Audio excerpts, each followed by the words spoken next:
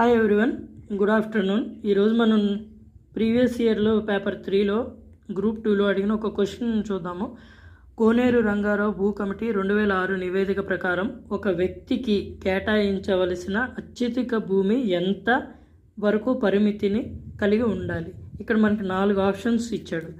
అందులో ఆప్షన్ 1 ఒకటి కరెక్ట్, కానీ దీనికన్నా ముందు మనకి భూమి ఎలా డిస్ట్రిబ్యూషన్ జరిగింది అనేది ఒకటి ఖచ్చితంగా తెలియాలి. పాన్ మక్తా అంటే ఏంటి, ఇలా కొన్ని టెర్మినాలజీ ఉంటుంది. అవన్నీ మనకి తెలిస్తే ఆటోమేటిక్గా భూ సంస్కరణల టాపిక్ మనకి ఈజీగా అర్థమవుతుంది. సర్పే కాసు అంటే ఏంటి, పాన్ మక్తా అంటే ఏంటి, ఇజా అంటే ఏంటి, ఇలా రకరకాలు ఉంటాయి.